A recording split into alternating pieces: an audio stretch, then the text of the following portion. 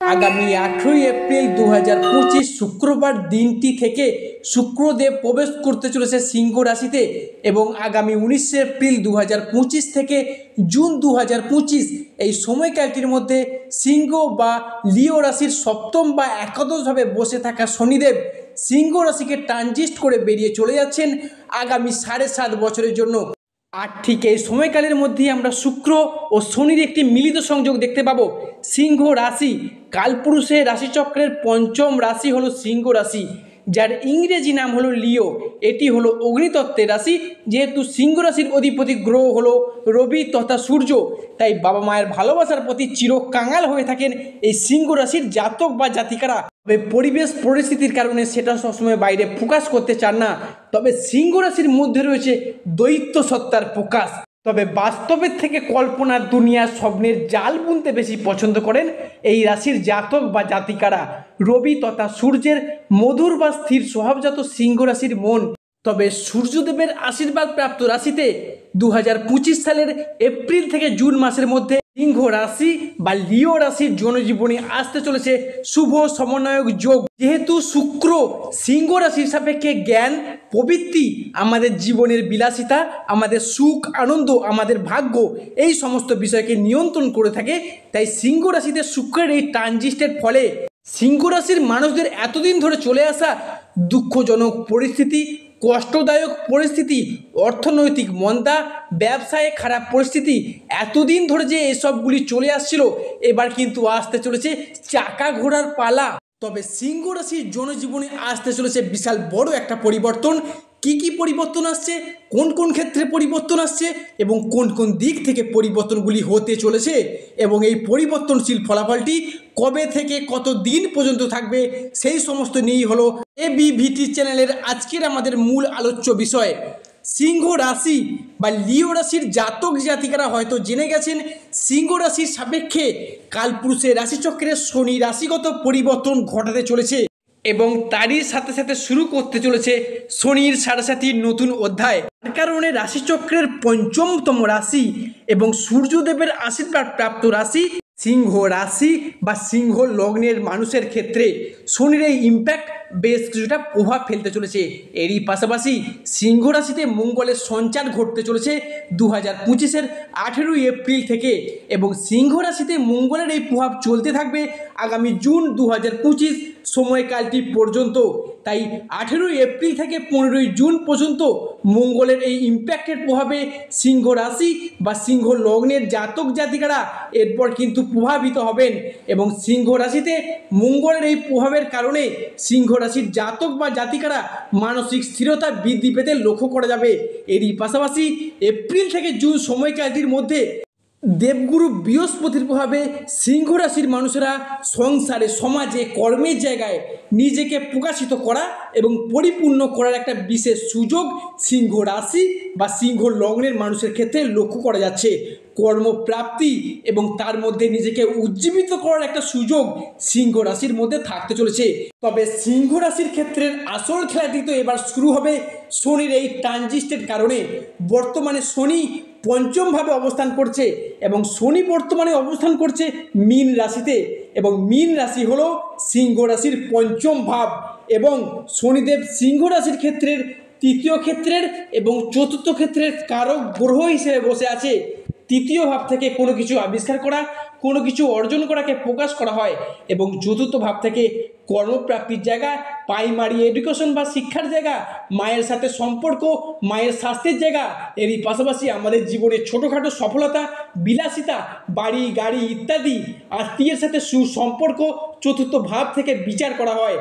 ঠিক এরপরই কর্মফলদাতা গ্রহ শনি মহারাজ চলে যাচ্ছেন মীন রাশিতে, যার প্রভাবে সিংহ রাশির জীবনে কি কি ফলপ্রাপ্তি ঘটতে চলেছে সেটাই হলো আজকে আমাদের আলোচনার মূল বিষয়। ঠিক তারই পাশাপাশি শনিদেব কিন্তু সিংহ রাশির তৃতীয় এবং চতুর্থ ঘরকে ছেড়ে দিয়ে বেরিয়ে যাচ্ছেন সিংহ রাশির অষ্টমে, যাচ্ছেন দ্বাদশে।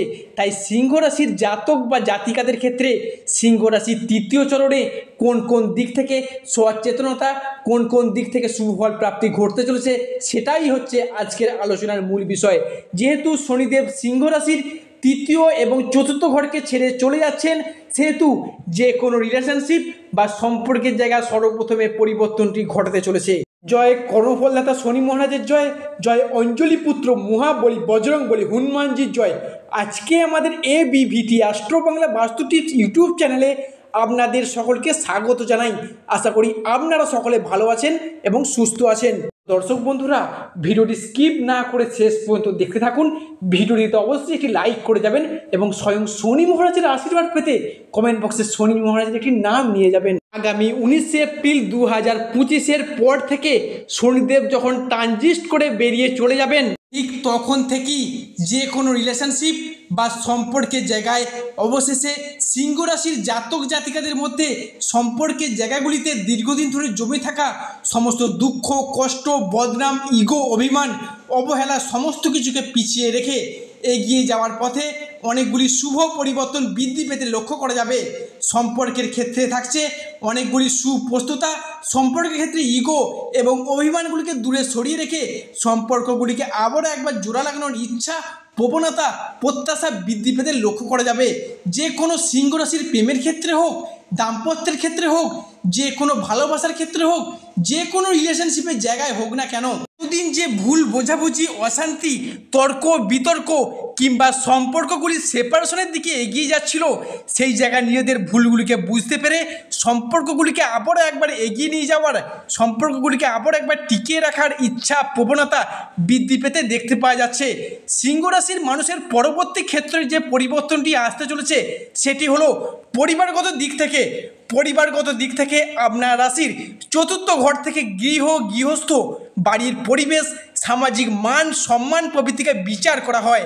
তাই এমতো অবস্থায় দেবগুরু বৃহস্পতি কিংবা শুক্র আপনার রাশির ষষ্ঠ এবং দ্বাদশভাবে ট্রানজিট করার কারণে পরিবারগত যে ঝগড়া ঝামেলা, বাবা মায়ের সাথে হোক, ভাই বোনের সাথে হোক, দাম্পত্যের জায়গায় হোক বা পরিবারের অন্যান্য কোনো সদস্যের সাথে হোক, আপনি বাবা মা হলে আপনি যদি বাবা মা হয়ে থাকেন, আপনার সন্তান বা সন্ততিদের ক্ষেত্রে বোঝাপড়ার অভাব, মনের অমিল, মতের অমিল, মানিয়ে নেওয়ার যে একটা অভাব বা প্রবলেমগুলি চলছিল, সেই জায়গার সম্পর্কগুলি আবারও একবার পুনরায় জোড়া লাগতে চলেছে। এরই পাশাপাশি সম্পত্তি ভাগাভাগি নিয়ে ভাই বোনদের সাথে, কাজিনদের সাথে যে সমস্যাগুলি চলে আসছিল, সেই জায়গার সমস্যাগুলি এবার চির নির্মূল হয়ে যাবে। যারা বিবাহিত রয়েছেন, জাতক হন বা জাতিকা হন, শ্বশুর বাড়ির দিক থেকে একটা চাপ, শত্রুতা, অশান্তি প্রচুর পরিমাণে সহ্য করেছেন, সেই জায়গার সমস্যাগুলি সূর্য কিংবা শুক্রের প্রভাবে বেশ কিছুটা মিটে যেতে চলেছে। পরবর্তী যে পরিবর্তনটি ঘটতে চলেছে সেটি হলো আগামী 19 এপ্রিল 2025 রাত ঠিক 10:22 শনিদেব যখন ট্রানজিট করে বেরিয়ে চলে যাবেন, তখন আগামী 19 এপ্রিল 2025 পর্যন্ত সিংহ রাশিকে বেশ কিছু জায়গায় সাবধানতা অবলম্বন করে চলতে হবে। সেটি হতে পারে যানবাহনজনিত কোনো দুর্ঘটনা, আগুন কিংবা ইলেকট্রনিক্স দিক থেকে বেশ কিছুটা দূরে থাকতে হবে। পরবর্তী খাওয়া দাওয়ার বিষয়ে কিন্তু এই রাশির মানুষদের সতর্কতা অবলম্বন করে চলতে হবে। কোনো জায়গায় টাকা অ্যাডভান্স করতে যাচ্ছেন, সেটা অবশ্যই সতর্কতার সাথে করুন। বাড়ির বড় বা অন্যান্য সদস্যের সাথে আলোচনা করে তবেই করুন। প্রেম বা ভালোবাসার জায়গায় আগামী 19 এপ্রিল 2025 পর্যন্ত এখনও কিছুটা সমস্যা চলতেই থাকবে।